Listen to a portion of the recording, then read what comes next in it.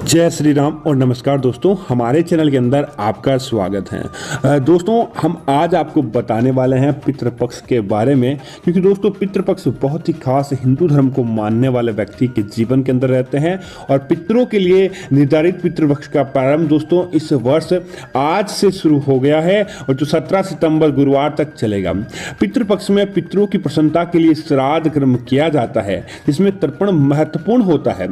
दोस्तों, ज्योतिष शास्त्र के अनुसार अपने पितरों का तर्पण करना समझ लीजिए कि अपने सारे पापों को नष्ट करना और पितरों की कृपा प्राप्त करने के बराबर होता है। दोस्तों, श्राद्ध पक्ष में क्या होता है कि ज्यादातर श्राद्ध पक्ष में माता पिता के अतिरिक्त दादा दादी, परदादा दादी, चाचा आदि का हम बहनोई मौसा इसी तरह के जो हमारे पितृ हैं जो गुजर जाते हैं उनका हम तर्पण करते हैं। और साथ साथ में नाना नानी, मामा मामी, कहीं पर इनकी भी परंपरा रही है तर्पण करने की, ताकि उनका आशीर्वाद हमें मिलता रहे। दोस्तों, साधारण सरल पितरों को तर्पण करने की विधि अगर हम बताएं तो सर्वप्रथम आप पूर्व दिशा की ओर मुख करें और मुंह पर अपने कुशा का मोटक बनाकर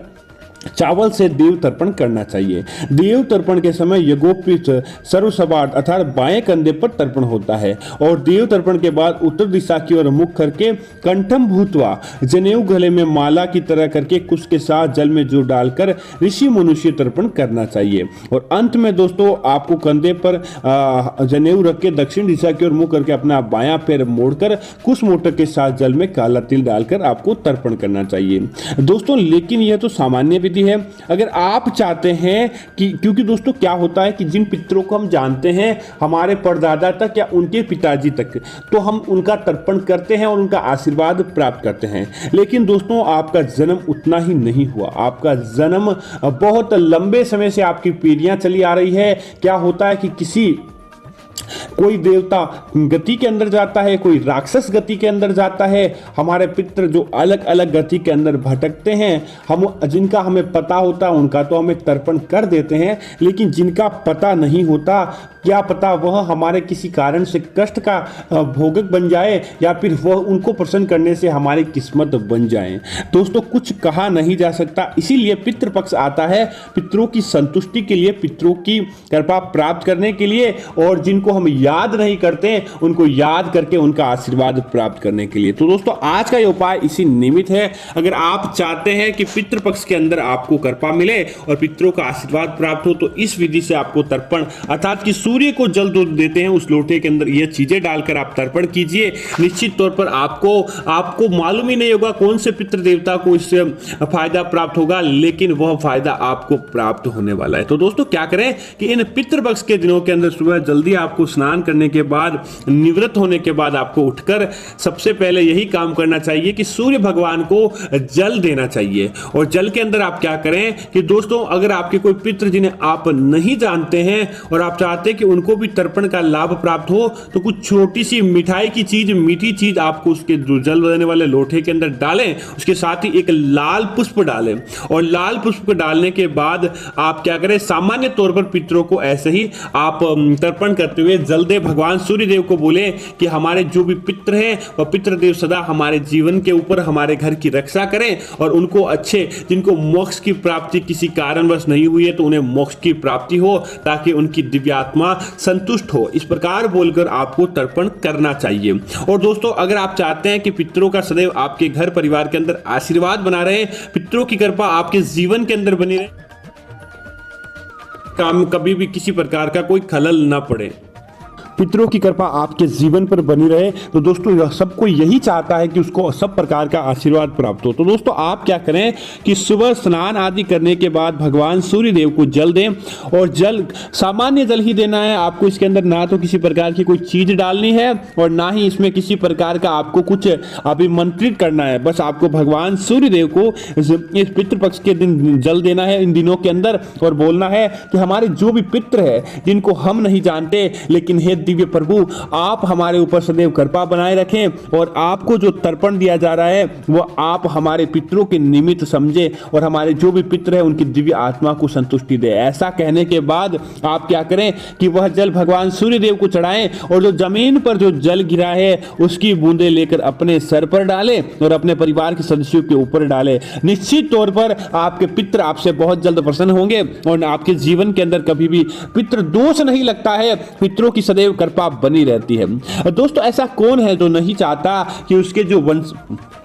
जो उसकी पीढ़ी के पहले के जो लोग थे, उनके दादा परदादा से ऊपर से लोग थे, उनकी आत्मा को संतुष्टि मिले, या फिर उनके जो प्रियजन किसी कारणवश चले गए हैं उनकी आत्मा को संतुष्टि मिले और सदैव उनका आशीर्वाद उसके जीवन पर बना रहे। तो दोस्तों अगर आप चाहते हैं कि ऐसा ही, तो आप क्या करें कि इस पितृ पक्ष के दौरान अगर आपको मालूम हो कि जिन व्यक्तियों की गुजरने की वह तिथि थी हिंदू धर्म के कैलेंडर के अनुसार, तो आप उन तिथि के अंदर ब्राह्मण को भोजन करवाएं, गरीब बच्चों को भोजन करवाएं और उनके निमित्त कुछ ऐसी चीजें जो समाज के काम आए उस चीजों का दान करें। तो निश्चित तौर पर आपके पितरों की आत्मा को संतुष्टि मिलती है। और अगर आप नहीं जानते कि आपके कोई पितर कौन सी तिथि को गए थे या कौन सी उनकी तिथि थी, तो दोस्तों सबसे अंतिम जो अमावस्या आती है उस दिन बस आप मात्र क्या करें कि क्योंकि दोस्तों उस अमावस्या के दिन सभी को भोजन के निमित्त याद किया जाता है, पितरों का तर्पण किया जाता है। अगर आपको कोई भी तिथि याद नहीं रहती या आप चाहते हैं कि सर्व पितृ देवता को आप नमन करें, उनको तर्पण करें, तो आप क्या करें उस अमावस्या के दिन आपको सभी का तर्पण एक साथ कर देना चाहिए और प्रभु श्री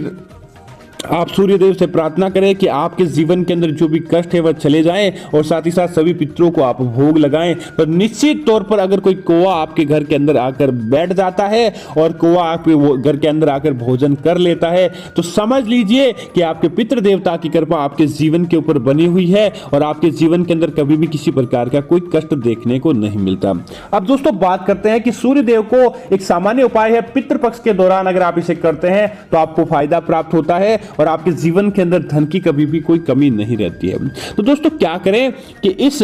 पितृपक्ष के दौरान अगर आप चाहते हैं कि धन की आपके जीवन के अंदर कमी नहीं बनी रहे, आपके ग्रह दशा आपकी अच्छी बने और ग्रह दशा के योग इस प्रकार बने कि आपके जीवन के अंदर कभी भी कोई कष्ट नहीं आए, आपके जीवन के अंदर हर प्रकार का सुख आपको प्राप्त हो, तो दोस्तों क्या करें कि रात्रि को सोते समय आप एक कटोरी के अंदर थोड़ी सी हल्दी, जो सामान्य आप खाना बनाते हैं दोस्तों वह सामान्य खाना बनाने की हल्दी नहीं होती, गुरु ग्रह को मजबूत कर सकती है। आपकी कुंडली के अंदर गुरु ग्रह अगर मजबूत होता है तो धन की रेखा अपने आप ही बढ़ती जाती है, धन के निमित्त कार्य अपने आप ही बनते जाते हैं और उन कार्यों के कारण आपको आपके कार्य के अंदर 100% सफलता प्राप्त होती है। तो क्या करें, ये कटोरी के अंदर हल्दी घोलकर आप अपने सर से ओसार कर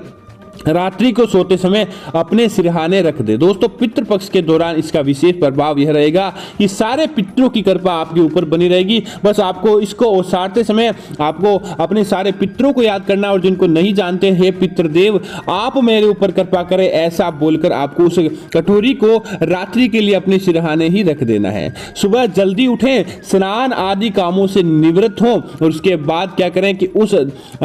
हल्दी की कटोरी को सूर्य को जिस लोटे के अंदर आप जल देते हैं उसके अंदर डालें और थोड़े से अक्षत अर्थात की चावल डालें और उसके बाद आप भगवान सूर्य देव को जल देते हुए आप उनके निमित्त यही प्रार्थना करें जो आपने मनोकामना मांगी है। तो निश्चित तौर पर दोस्तों आपकी कुंडली के अंदर धन के योग अचानक बढ़ने जाते हैं और आपकी कुंडली के अंदर कभी भी किसी प्रकार का कोई कष्ट नहीं आता है, आपकी कुंडली के अंदर बरकत देखने को मिलती है, क्योंकि अगर गुरु ग्रह मजबूत हो गया तो समझ लीजिए कि आपके विवाह के योग बन गए, आपके जीवन के अंदर धन के योग बन गए और आपके जीवन के अंदर कभी भी किसी प्रकार का कोई कमी या कष्ट नहीं रहता है। दोस्तों अगर आपको लगता है कि आपके वैवाहिक जीवन में बहुत ज्यादा खलल पड़ती है, वैवाहिक जीवन में मतलब समझ लीजिए कि रोजाना लड़ाई झगड़ा चलता रहता है या विवाह नहीं हो पा रहा है या किसी की नजर लग गई है और आप चाहते हैं वो नजर दोष को समाप्त करना, तो दोस्तों यह भी आप भगवान सूर्य देव के आशीर्वाद से कर सकते हैं। दोस्तों आप क्या करें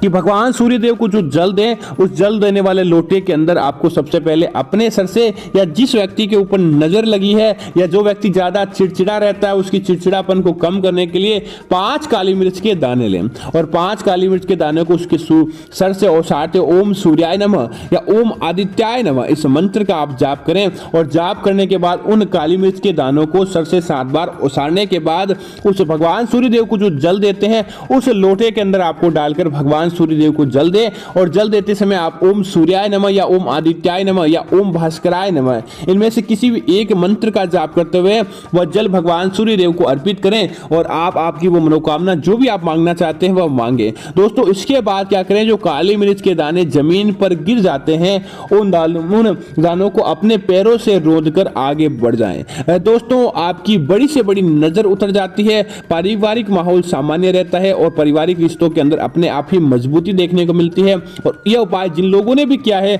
उन लोगों के अंदर बरकत देखने को मिली है, परिवार मजबूत हुआ है और सब प्रकार से उनके घर के अंदर सकारात्मक शक्ति बढ़ी है। तो दोस्तों उम्मीद है कि यह जानकारी आपको अच्छी लगी होगी। ऐसी अन्य जानकारियां देखने के लिए आप हमारे चैनल को सब्सक्राइब करें और साथ ही साथ वीडियो को लाइक और शेयर जरूर करें ताकि ऐसी जानकारी आपको मिलती रहे। जय